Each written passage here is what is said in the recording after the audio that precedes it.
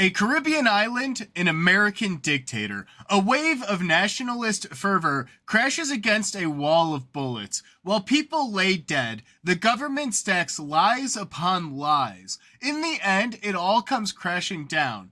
The impact all too small. Yet, even silent, history cannot brush this disgrace entirely away. This is the Ponce Massacre, and this is its story. Hello and welcome back to the Historical Humans Podcast. My name is Justin Woods, and I'm joined today by my fellow co-host, Colum Coleman. And today, we are venturing off to my favorite Caribbean island, the wonderful island of Puerto Rico, where the people are wonderful, the food is amazing, the climate is gorgeous, but there is some really dark colonial history, and because of my love of the island, I figured this would be a good time for us to talk about one of the darker sides, the Ponce Massacre, which occurred in the lovely, lovely town of Ponce. Yep. This is part 5 of our refusal to leave the last 250 years of history for season 5 here. Welcome to a one of our probably darker episodes. In all consideration, this is a massacre. This is tragic, and everything we're about to tell you was entirely avoidable, yet it happened anyway. Yeah. Well, it's colonial history, but this is American colonialism, which really people don't realize that the United States really does have a colonial history, and they have a really strong arm colonial history. It's just we did in about 30 years what most other countries did in 300. Yeah. So this massacre is going to take place on March 21st, 1937. The United States gets Puerto Rico as it's part of its colonial empire, along with some other things like the Philippines. When we beat Spain in a war in 1898. And Puerto Rico in particular is not happy about this, since Spain had granted the Puerto Ricans independence in 1897, but America declared it a spoil of war anyway, and just sort of had the military to do what we wanted with it. I don't agree with the decision, but I can see some small justification because at that point, the United States had already been blockading Puerto Rico and had effectively prevented Spain from reinforcing it during the war. So Spain, seeing the writing on the wall, basically said, you know what, sure, you guys have your independence, we're done, knowing that they were going to lose that territory to begin with. Yeah, and Puerto Rico was very upset at America for not honoring its independence and instead treating it like a Spanish territory that America had now conquered. Which, again, another massive difference, too, is the fact that Puerto Rico is a predominantly Spanish-speaking island that has a lot of cultures and traditions that tie very heavily into Spain. It didn't necessarily align with the predominantly Protestant United States. Which was English-speaking predominantly. Yeah. The people of Puerto Rico were, by American viewpoints of the time, they had the wrong language, the wrong ethnicity, and the wrong religion. But what they did have was a majorly strategic set of ports that the United States government, during one of its phases of imperialist ambition, decided it needed to ensure the security of the American mainland. And fun fact, this is also why we have Hawaii. Yeah. Not this war, this attitude. Not that far off either. Again, talking about the 30 years of American imperialism really happened quick. Yeah. Because that was also 1890s. Yeah, it's all happening at about the same time. This is not a good time to be a strategically important or resource-rich island within striking distance of the United States Navy. Ironically, this is also around the time that the U.S. Navy really started taking steam and utilizing it more heavily in a lot of their ships. So movement became a lot easier and a lot more free and a lot quicker. And a lot more reliant on having secured military bases with heavy depots of that ever-precious coal resource. it We need just was islands for that. Puerto great, Rico's an island. great coalescence of a lot of great factors that all happened. And again, we joked about this off screen for a moment, but the United States had actually purchased the U.S. Virgin Islands from Denmark just a few years prior to this happening. I think 12 years prior. Yeah, yeah, Could be something like off that. on the exact date, but it was in the Yeah, 1920s, teens. yeah, yeah. So there's a lot of this sort of American empire building going on, and in Puerto Rico, it is deeply unpopular during this time. The Puerto Rican attitude takes almost a full century from acquisition to switch from predominantly Puerto Rico as an independent nation to Puerto Rico should be a fully fledged state in the United States. And this massacre is one of the, shall we say, darkest moments, one of the real low points brought about by the clash between the attitude of Puerto Rican nationalism and American imperialism. And Ponce becomes an absolute flashpoint uh, for just how wrong things can go when an imperialist governor does not listen to its people. Which is um, an unfortunate yeah, common occurrence, but this instance it really met with some flash. I mean, the Puerto Rican mentality, the Puerto Rican people, they're a very impassioned people, they're a very strong willed people, and not much is really going to stand in their way. So when you get an outside force that comes in and tries to use strong arm tactics and force, yeah, it's not going to end very well. yeah, especially when like your premise for coming in is we got rid of the last guy, so now you're here. No, no, no.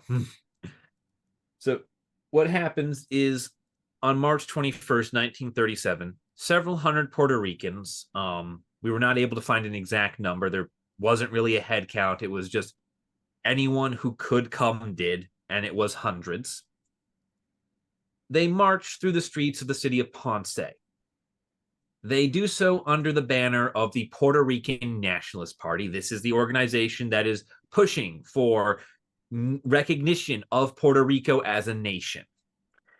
It is very much disliked by the United States government at this time, and they are marching for two reasons. The first and official reason given was the abolition of slavery in Puerto Rico. This had occurred in 1873 on the island, and they were doing it as an anniversary celebration of rights and freedoms and sort of ending the worst practice that had occurred on that island. It's kind of a great reason to begin unifying and to rally because on the surface level you're like, oh yeah, we're out here celebrating this great occurrence, but in reality if you're marching for a cause and you're marching for a purpose, it's kind of a great way to get a lot of people mobilized very quickly. Yeah. And it also serves as a, rallying cry for, hey, we're marching for more rights, like our right to be an independent nation. We're celebrating our right Self-determination. to be free. And we'd also like that to include the phrase from you. Self-determination becomes a big rallying cry, and it's something that's only really a stone's throw further than than abolition, because what's more than a free man if not a free country? And it's a it's a very quick step, but I could fully understand it too. Yep. Now, they also had an unofficial point to this march that was very poignant at the time, which is one of the leaders of the Puerto Rican Nationalist Party, a man named Pedro Albizu Campos. He had been arrested on charges of sedition against the United States government, charges that the Puerto Ricans, particularly those in the Nationalist Party, felt were very much falsified. Definitely exaggerate the claims of sedition to try and get a conviction. I could see that. Yeah, yeah. He was a leader of the party. He was an agitator. Um, he did do some things that were alarming, but he doesn't really cross the line in the 1930s into sedition.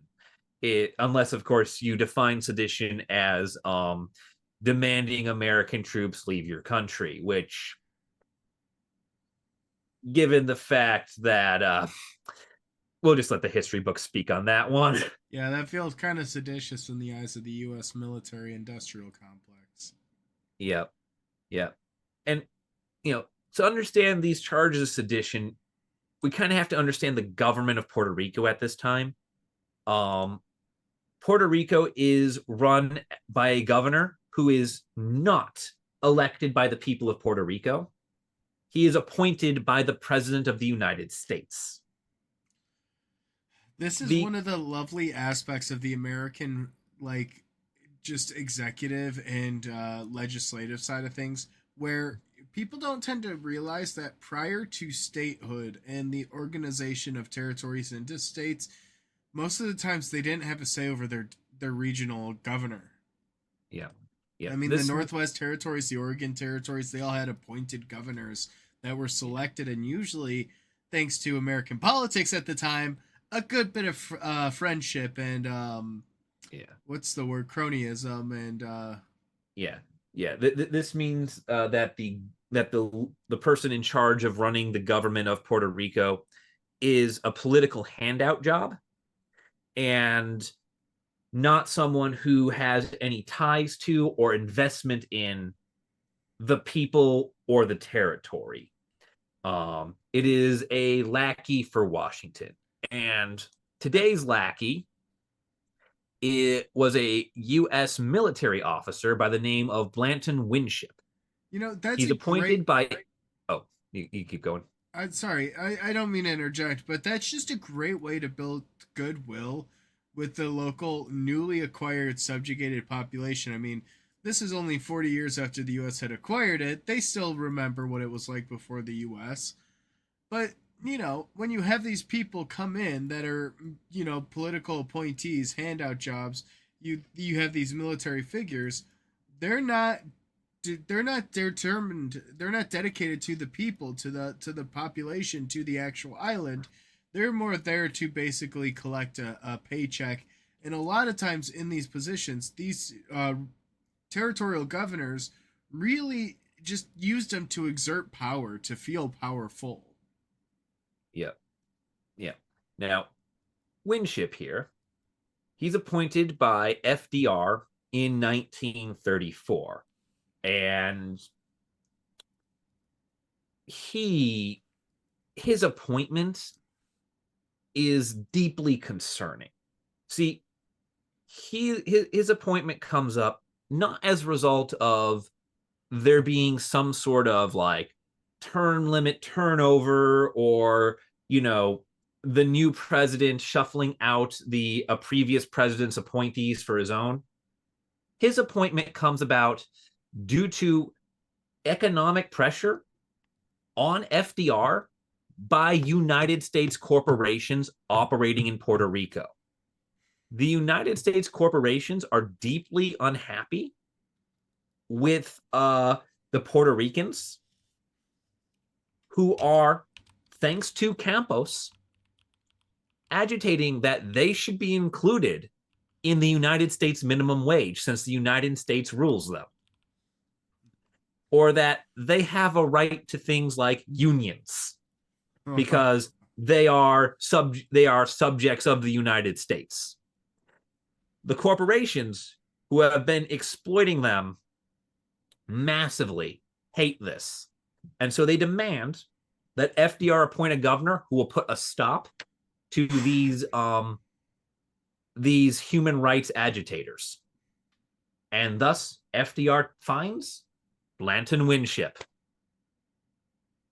A good old military man, someone who is disciplined and strong armed, and someone who will really be rigid to the rules and Yeah. and Now, follow suit. now Winship, to his credit, is a diehard patriot in the sense that he condemns FDR for making Puerto Rico the last stop on the New Deal. And basically meaning that Puerto Rico will receive the smallest amount of New Deal rebuilding money of any U.S. territory. He also, on the outbreak of World War II, re-enlists in the U.S. Army to fight. I can So respect that. he his sin is patriotism and his virtue is patriotism, and it's that double-edged sword that is going to really make him a monster in Puerto Rico. Because guess what his big pastime is in Puerto Rico. Guess what he likes to do that makes him such a problem? Oh no, drink and harass the local population. Nope. Agitate for union rights. He's a union organizer. That's what he does. Oh, that's a great way to make friends with those big U.S. corporations and those big dollar, Yep. especially Yep. when they're knowingly and willingly exploiting. Oh, Yep. He had organized strikes. He had organized walkouts. He had successfully represented Puerto Rican workers in collective bargaining agreements because Campos was a doctor. He was very well educated and he was very unhappy with what was happening to his people. the crazy thing is, he was bold enough to do this in a U.S. territory at this time, whereas within the continental U.S. at the exact same time, coal workers were at war with the U.S. like militias. Yep. Yeah, the National Guard was being deployed to shoot at unionizing workers. Those were fun times. I think that was a little bit earlier than this because this is after World War II. So trust busting Teddy has occurred. This is before World War II. I'm sorry, after World War One. Yeah, but the This is after. Colorado coalfield wars were not that far off. Yeah, that is true. I always forget about the Colorado ones. I think about the earlier ones when like the Pinkertons are their own military. Oh, don't worry, the Pinkertons were still involved. The Pinkertons never die. We all know that, but like That's they're why we less haven't seen involved Aaron now in than a they are in the year. early ones. That's why we haven't seen Aaron in a year. It's because the fucking history of unions, people. Oh dear God, it's gonna be darker than this. But Now, Campos was an agitator for him, so he tried to organize. He tried to get people to band together. Yep, yep. Now, that's not what gets Campos. That's what gets him on the radar. But so far, there's nothing that Winston can do to really go after him other than try and circumvent him. No, Campos crosses the line effectively when he reads the Second Amendment. Oh no. Because he decides to organize a group called Cadets of the Republic. This is a paramilitary organization comprised of young men within the Nationalist Party. Now, he is arming these people with the purpose of securing Puerto Rican independence. The extent to which this is an attempt to raise a militia to start insurrection is very much unknown. It is hotly debated. It is, basically a declaration of war, according to the American side of things, or just business as usual, according to the Puerto Rican. I mean, that's a pretty big marker there. When you start arming and become paramilitary, then there is a certain point where you cross the Rubicon. Yeah, this is grounds for the U.S. to arrest him. It's a relatively legitimate claim. It's not nearly as legitimate as they make it out to be. Ooh, okay. As he's arrested and charged with conspiring to overthrow the United States government. His initial jury, which it finds him not guilty. Oh. This jury, however, has the crime of being a 13-man jury consisting of 7 Puerto Ricans and 6 Americans. It's a Puerto Rican majority jury. You mean a trial of his peers? Yeah. The United States is displeased by this. So they demand and force, because of the United States government, a retrial. This time with 10 Americans and 2 Puerto Ricans. Those numbers This, seem a little flawed. I'm not much of a yeah, mathematician myself, but those numbers don't exactly seem very even nor fair. Doesn't nope, exactly seem like he's being tried by his peers. nope. And this move gets condemned by the United States Congress as jury rigging. However, the United States Congress does not care to force another retrial, to demand his release on, double jeopardy, to which may not be a thing at this point. So these motherfuckers literally just went, "No, stop it. Don't." Yeah, they did what U.S. Congress does best. I object anyway. Stop it. Oh, darn. Yeah, Oh, yeah. They respond with all the force of a wet pool noodle. yikes. And Campos, who is found guilty by this American majority jury, is then taken from Puerto Rico and housed in a federal penitentiary in Georgia. Oh, lovely. Yeah. Which I'm sure has got great standards and is clearly Yeah. above board in both their health, wellness, and quality Yeah. of the prison in the 1930s. Yeah. When Campos is released in 1950, he will allege having suffered illegal radiology experiments. Oh, The that. United States government will respond by labeling him a malcontent and denying anything ever happened. See, that makes my skin crawl because we know now in hindsight that the US government was actually conducting a lot of underground experiments and was doing a lot of human experimentation. So the fact that they were using prisoners who were Yep. unlawfully being used in these experiments, regardless of crimes committed, makes my skin crawl. Yeah. His evidence was the fact that he went into prison a healthy man and was released with mysterious burns on his skin. Ooh, and you said it was radiology experiments? Yep, he claims it was radiology experiments. He is held in prison from he's arrested in late 1936. He's held in prison until 1950. And no one knows how he got those burns. 14 years and he got mysterious burns along the way. Yep. See that and didn't you say that the doctor What there is a doctor involved in Campos's life from the United States who during the 30s and I believe he is the prison doctor. I could be mistaken, or just a general doctor who had beef with Campos. Um, but he does express certain views on Puerto Ricans and Hispanics as uh shall we say undesirables. Um he shares a lot it was a sort of doctor who shared a lot of views with a certain German government of the time that the United States would have to spend 4 years fighting to overthrow. was this one a card carrying member?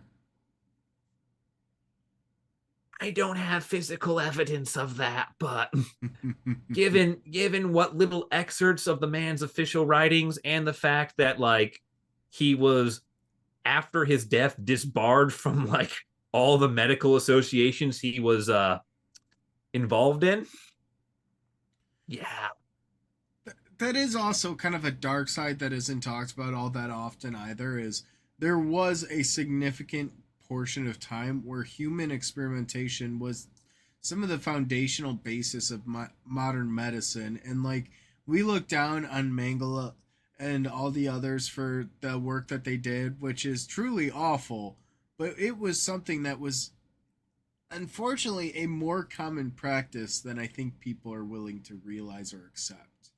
I don't want to say it was super common because it wasn't all the time, but there were people out there who were doing research on live subjects and documenting it And the US government, hell, look at the MK Ultra projects. They did a shit ton of human experimentation on prisoners. Yeah. Yeah.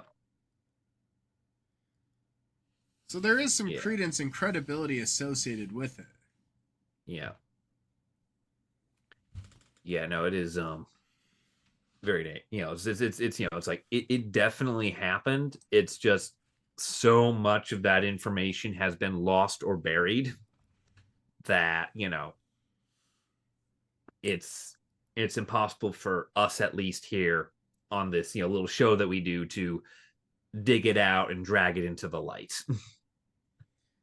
My um precious. yeah. But in 1937, word of this march reaches Governor Winship, and he gives the order to the insular police to use force to prevent this demonstration from going through. The insular police were the Puerto Rican equivalent of the National Guard, in the sense that they were a well-armed police force that answered only to the governor and were deployed at his discretion. Also, an Uh, authorized use of force is insane in these yeah, circumstances. It's a march. yeah. Additionally, the National Party had permits for this march. Governor Winship revoked those permits 1 hour before the march was set to start. Ooh, the smells of a setup. Because the mayor of Ponce was the one who granted the permits, as was his right as mayor of Ponce. And at the last minute, Governor Winship said, I revoke these permits. If anyone shows up, use force to disperse them. Guess Guys, what? People showed up. the authorization of use of force, fuck that guy, firstly. Secondly, the intentional revocation of the permits was intentional there just to stir the pot. This man knew exactly what he was doing and was trying to be a dick. Yeah. Pardon my So, French, but wow. no. Oh, no. It gets so much worse. It gets so much worse. So, when the march goes through anyway, when the people show up and start walking through the streets of Ponce, chanting their slogans, you know, walking, sidewalk to sidewalk, the police fire into the crowd. Some of them deploy what we would take as modern crowd control tactics. They fire tear gas or the equivalent thereof, and try and force the crowd to move away from its intended destination. Most of them, however, use live bullets as a deterrent. Oh, no, no, no, no. Several of the police officers are even mounted on rooftops in sniper positions, firing into the crowd. That's not great And because then you also cause crowd panic. oh yeah, oh yes, the crowd panics. People try to flee in every direction. Multiple protesters are trampled, some to death. And here's the problem that the police have. They have encapsulated the protesters in Ponce in 360 degrees of fire. There is no direction the people can run that bullets are not coming from. Ooh. So they basically built the perfect trap. Yes, and they fire into the crowd. Absolutely, absolutely horrifying. Yeah. But by the end of this, 21 people are dead in the streets. 19 of them are protesters. 2 of them are police officers who were shot down by their fellow officers because 360 degrees of fire means 2 people are shooting in the same direction. I was gonna say that's a big thing that they train in militaries and in other academies about like the field of view and like the range. Especially like you don't want to shoot at your own comrades, you don't want to shoot at your own people. Yeah. That did not happen here. To make matters worse, One of the police officers who died um, was shot in the back, and it is Oh no. and he was a Puerto Rican. He was a native Puerto Rican who was a member of the Insular Police, and it is alleged that the chief of the Insular Police gunned him down himself when he refused to fire into the protesters. Oh, how did that get worse? How This does is that get not proven. worse? That part is not proven, but given what the police do next, it seems very, very likely because God, that got so much worse. the police are looking at 21 dead, 200 injured either from the crush of the crowd or from the bullets being fired blindly into them.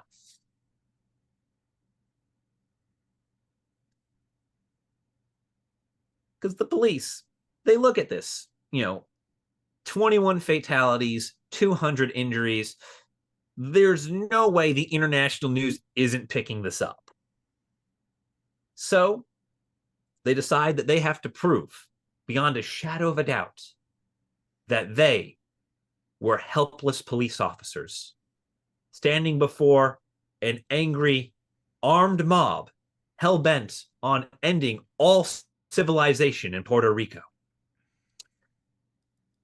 So they drag the police officers that they've shot in the back, stand in the line next to them, and pose with their guns pointed in the air as if there were somehow flying Puerto Rican protesters shooting down at them. No, it's literally the projection. They had snipers mounted on rooftops, so now they're making it seem like the Puerto Ricans also had snipers on the rooftops that were actively gunning them down like they were some sort of heroes. They somehow managed to perfectly reverse the plot and make themselves simultaneously the heroes and the victims. It's incredible. Yep. Yep. In the age before body cameras, this was the next best thing they could do besides doctoring footage. No, they just doctor a fucking crime scene. Yep. There's just one problem with it. They doctor a crime scene? No, there's one problem with the lie. And that's 200 people got away, and no one fucking believes them. Because it comes out very quickly that the protesters had never been a threat. There's even an International Human Rights Commission that rules against the police and declares their actions to be in violation of basic human rights. This is pre-UN, and they're being condemned. I just really hate the fact that history may not directly repeat itself, but boy howdy, it sure as hell rhymes. And we see a lot of the same actions, a lot of the same behaviors, hell, a lot of the same arguments being made time and time and time and time again. Yep. Yeah. The commission, the Human Rights Commission, is particularly damning of both the Insular Police and Governor Winship, because it states in its findings unequivocally that the Insular Police chose to act violently against a peaceful protest on the direct orders of the governor. Ooh, that's pretty damning. Which basically means you created a crisis and chose to order the violent death of your own populace. Yikes. It is so damning that Congress actually did something. No way. That surprises me more than anything. Yeah. Did they condemn it again? No, they launch a federal investigation into Winship's governorship. Oh. Complete with grand jury trials for Winship, for the chief of the Insular Police, for everyone involved at the administrative level. Wow. This grand jury does a goddamn disservice to the people of Puerto Rico. Oh, no. As it ends with 0 indictments. They refuse to indict anybody. it gets so bad, it's so blatantly a political cover-up that the prosecutor who brought the evidence to that grand jury resigned in protest. Do you Honestly, know how hard that is to do? I good mean, it's happening left and right today, but do you know how hard that is to do? good for him for having principles and standing up for it and resigning when you know it's clearly biased and is clearly not the Yep. applicable Yep. thing that should be happening. Yep. There is also evidence that and allegations that Governor Winship used both his connection to the President of the United States and to his previous service in the United States military to prevent any indictment from going through against him.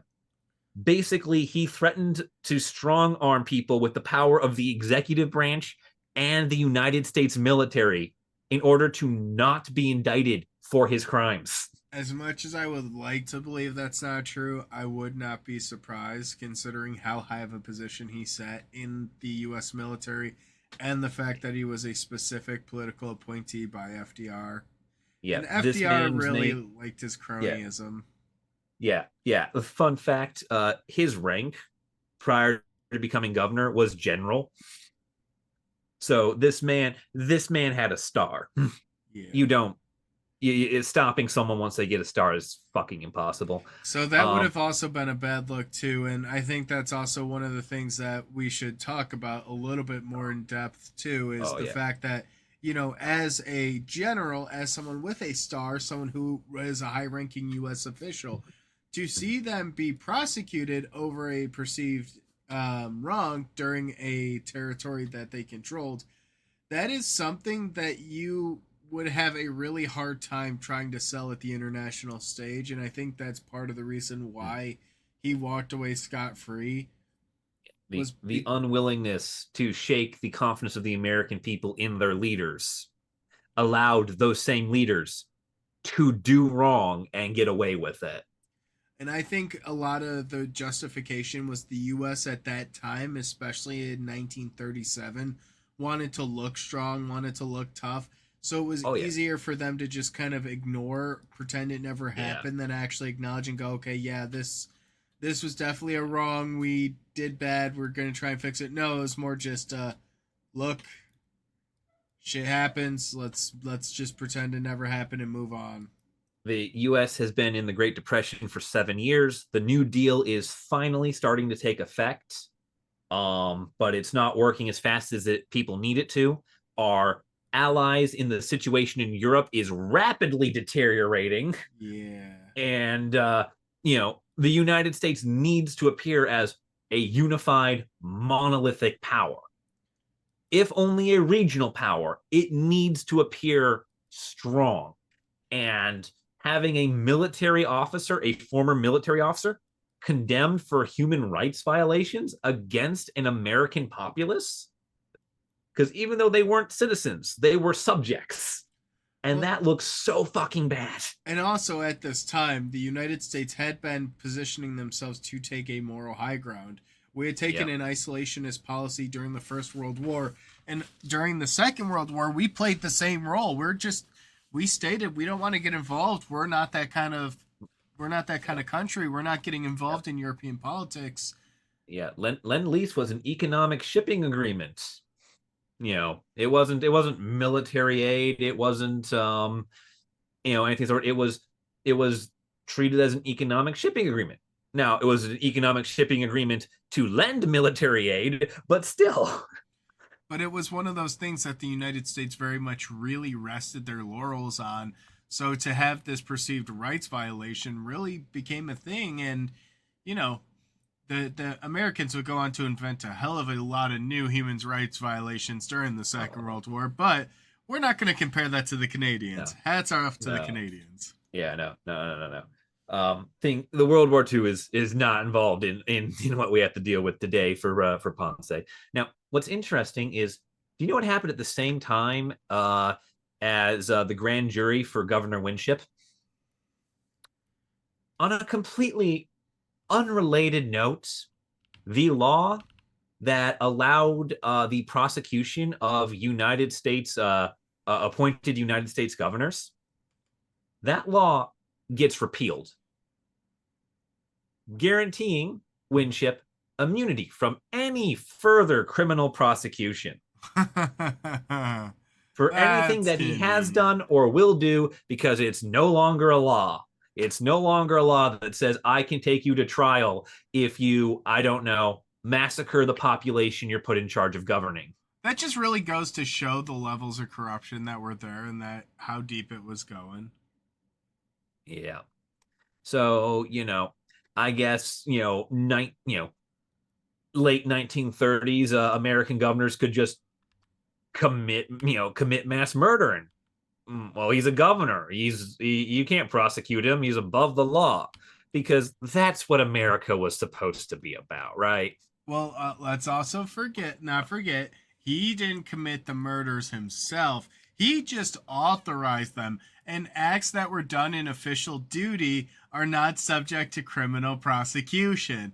We know this in the modern day because history sure does like to remind us that things come full circle in a lot more ways than we like to give. I'll take things I hate about my country for 200 there, Alex.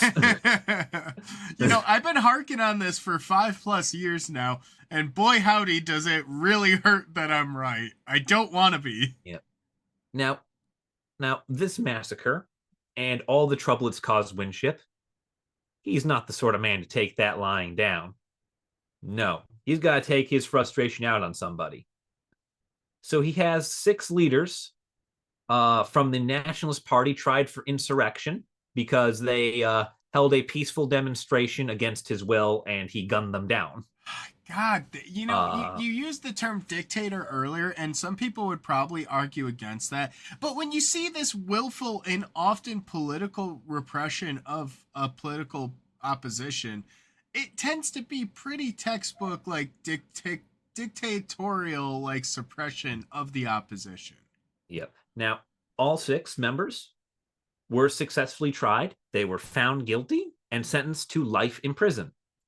Fun fact, Governor Winston wanted their imprisonment, and he controlled all court appointments, meaning that if you were a judge or lawyer in Puerto Rico, he had the right to hire or fire you at his discretion.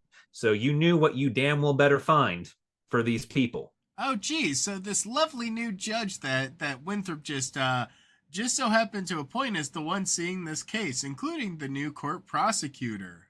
Yep. Wow. Yep. So everyone in the courtroom owes their continued livelihood to the man demanding a certain outcome from this trial. Once again, we are no longer allowed, as of the repealing of that act, we're no longer allowed to indict governors. So I guess there's absolutely no conflict of interest here. And if there is, there's nothing anyone can do about it. It's not a conflict of interest if he's acting in an official capacity. Clearly, he's just acting in what's best for what's the people, you know? Stop saying that. You sound like a morning news host. I'm just auditioning for my new role, really just trying to buy into the Kool-Aid drinking. No. Anyway, there is but also a little bit life of good imprisonment is ridiculous for political opposition. Ridiculous. Yeah. Well, keep in mind, they're not charged with political opposition. They're charged with insurrection. They are charged with attempting to start an armed revolt against the governor of Puerto Rico. Yeah, that's laying it on way too heavy. By holding a prearranged peaceful march that with unarmed civilians through the streets of a port town. Oh, please don't give him ideas. Please don't give him ideas. It's horrible. Don't give him ideas. Now, there is the General Council of the American Civil Liberties Union gets involved during all of this. They launch an independent investigation into this insurrection. And their results unilaterally condemn Governor Winship and his insular police again. The American, Civil Liberties Union finds that the police acted as a mob, that the actions undertaken by the police at Ponce constituted a massacre, and they call out both Winship and the Insular Police for use of repression tactics and repeated civil rights violations. Again, indicating that when they looked into this, they discovered this wasn't the first or only time Winship had decided to ignore the human rights of Puerto Ricans.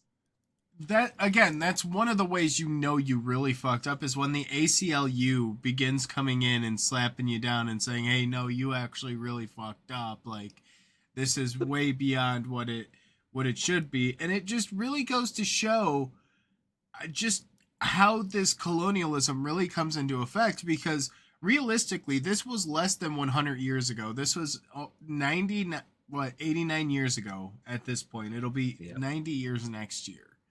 Yeah. And the people of Puerto Rico still don't have as many rights as US citizens as we do here in America. Yep. And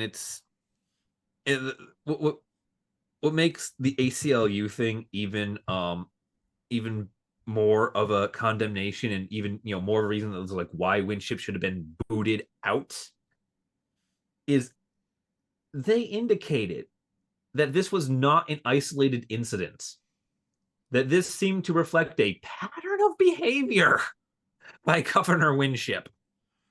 I genuinely wonder what his military service track record is at that point, because when you're committing those kinds of behaviors and atrocities on the regular, it probably isn't something that's an isolated incident, as we're hearing. And, given the time period that he ruled, I would not be too surprised if he fought in the American frontier against some Native American tribes. No, I don't believe so. I believe he started in the Spanish-American War. Spanish. Oh, okay. Which is the war where we took Puerto Rico. Yes. Okay. Nope, there it is. He got his start in the Spanish-American War, and he fought in World War I. He then, during the interwar period, became a military lawyer, got himself appointed governor of Puerto Rico, and returned to active duty during World War II. Let's also not forget, too, the fact that not only did he authorize the use of force, but this man actively worked to militarize the police force. He gave them machine guns. He began bolstering their numbers, their units. And then he also hired a man by the name of E. Francis Riggs, whose background was predominantly in military intelligence, whose main occupation in a past life was advising dictator Anastasio Somoza in Nicaragua. Winship surrounds himself with probably the worst sort of people, like the sort of people you'd expect to find at a concentration camp running it. Like this man was a monster. For the people of Puerto Rico, their hatred of him is well earned. Well, and this wasn't the first massacre that the Insular Police had conducted either.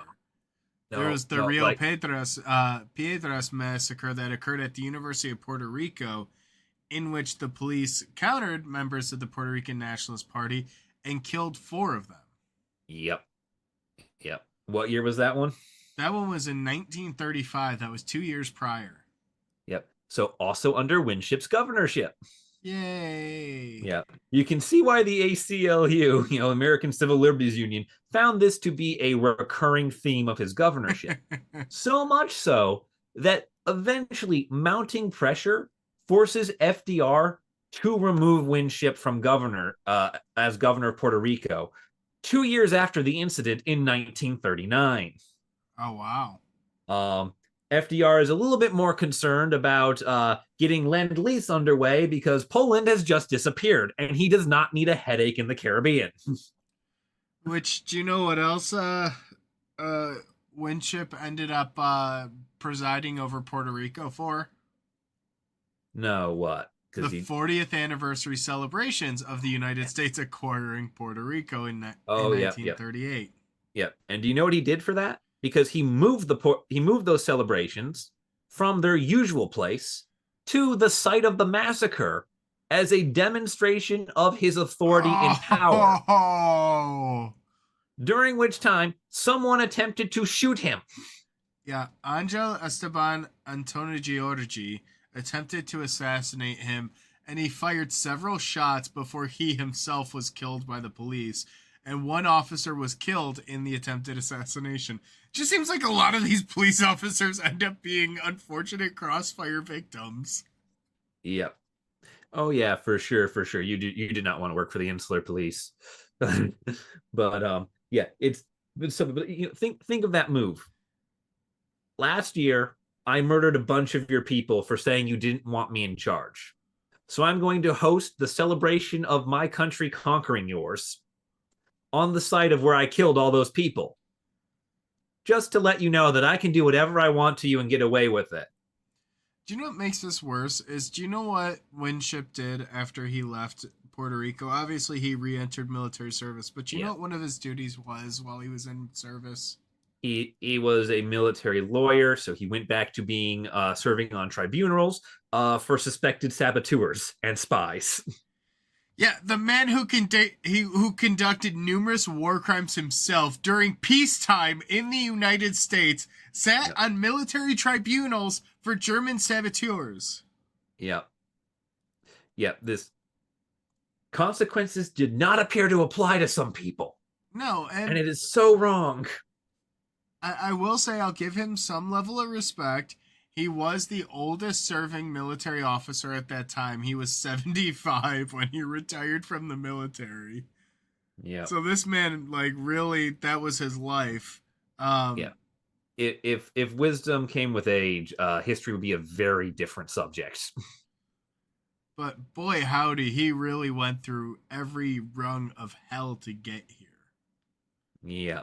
But it does pose an interesting question, and something that I think really does need to be discussed is United States colonialism, because we don't often talk about some of the things that happened under United States rule while we were there. I mean, Yeah. you think of some of the major colonial holdings that the United States had, immediately comes to mind as Hawaii became an immediate part of the country after it was effectively stolen from the Hawaiian Kingdom. The Philippines, which ended up they did achieve their own independence. Yeah. Yeah. We also still have Guam. We Yeah, took that as a territory from in the same war. We took the Philippines and Puerto Rico and all that in the Spanish American War. Um, Only the Philippines is an independent is its own independent nation now. but the United Both Puerto States, Rico and Guam are still part of the American Empire. yeah, and the Mariana Islands, and there's a number of other things, but it's amazing to me just how United States colonial history we really don't talk about, because we talk about in the prelude to the First World War how much colonialism really played a role in leading up to the First World War and the fall of a lot of the great empires. Yep. I mean, it really plays a role, and especially in America, we don't talk about Puerto Rican history. We very No. seldom even acknowledge that. Yeah, it's an American territory, and you look at even the modern day with Bad Bunny being announced as the Super Bowl star Yeah. for the So upcoming Super Bowl.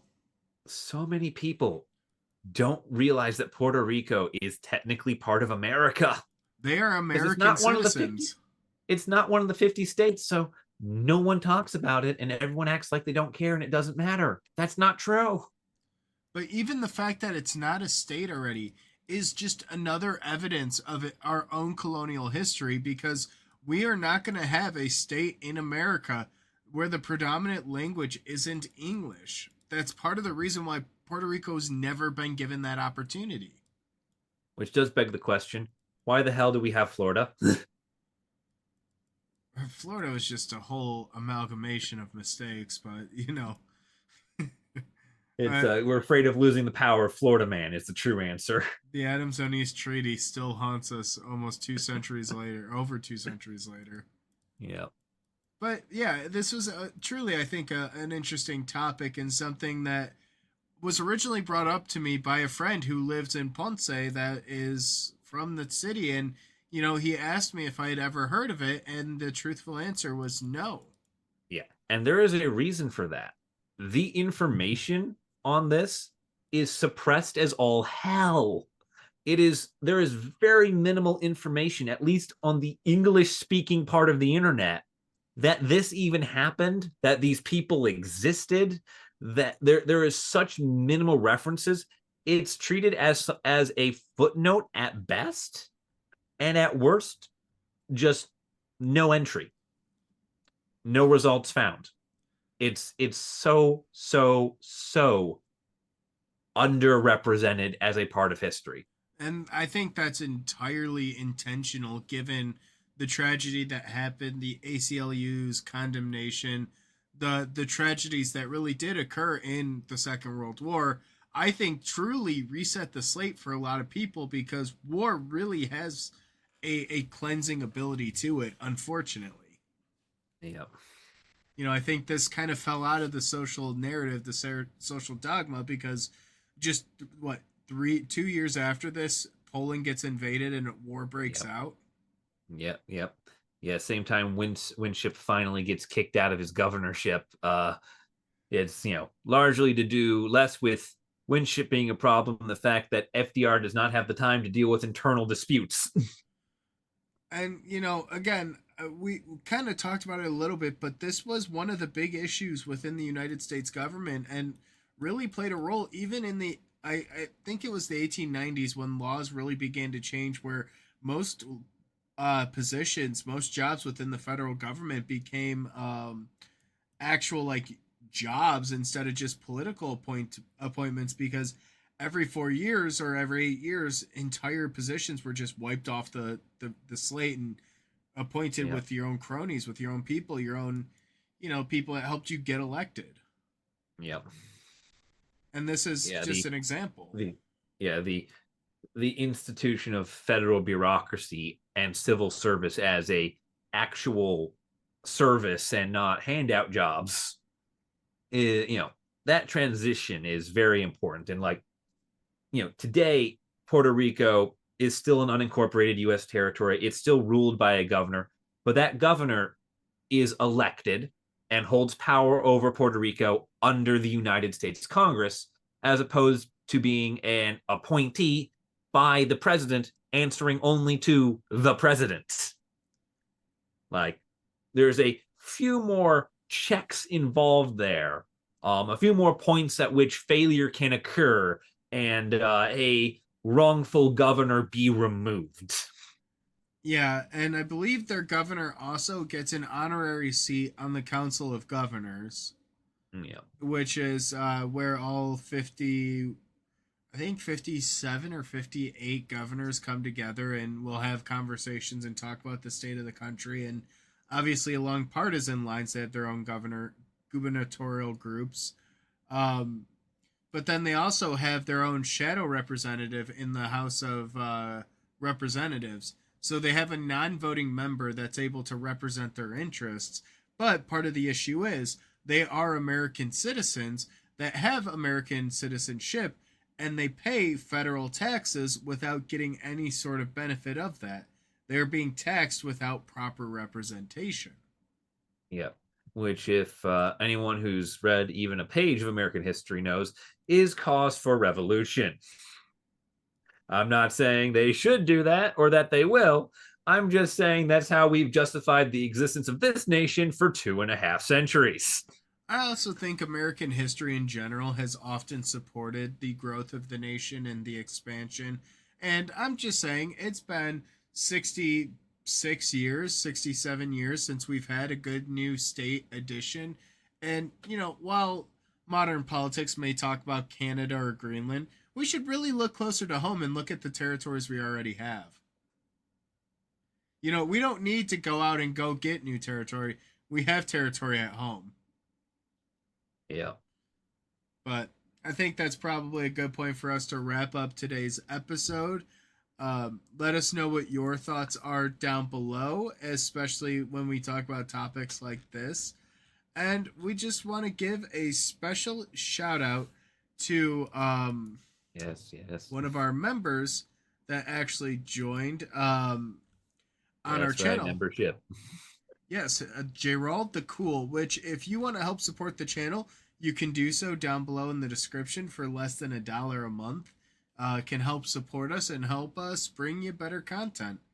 But thank you guys for listening to the podcast. Let us know your thoughts down below. And next week, we've got kind of a treat for you, actually, because we are keeping with this trend of time periods, and we're venturing off to the Yukon and into Alaska, where there's the Alaskan gold rush. Gold was discovered. Are you brave enough to venture to the unknown to stake your fortune? Yes, the time when American frontiersmen proved purchasing Alaska off of Russia to have been the right decision. Gold! Lots of gold. Yeah, gold. Yes, Gold? I thought you said cold. Yes, that too. no, yes, it is a lot of gold up there. Uh, we're very excited to do something that is much happier after this week. I think we're gonna need it, but do keep suggestions coming. We do actually listen to what our audience wants to hear. So if you want to hear about something, let us know. Yeah, drop a comment. Let us know your thoughts. We're always listening. We're always keeping an eye out. And yeah, thank you guys for watching. We'll catch you in the next one.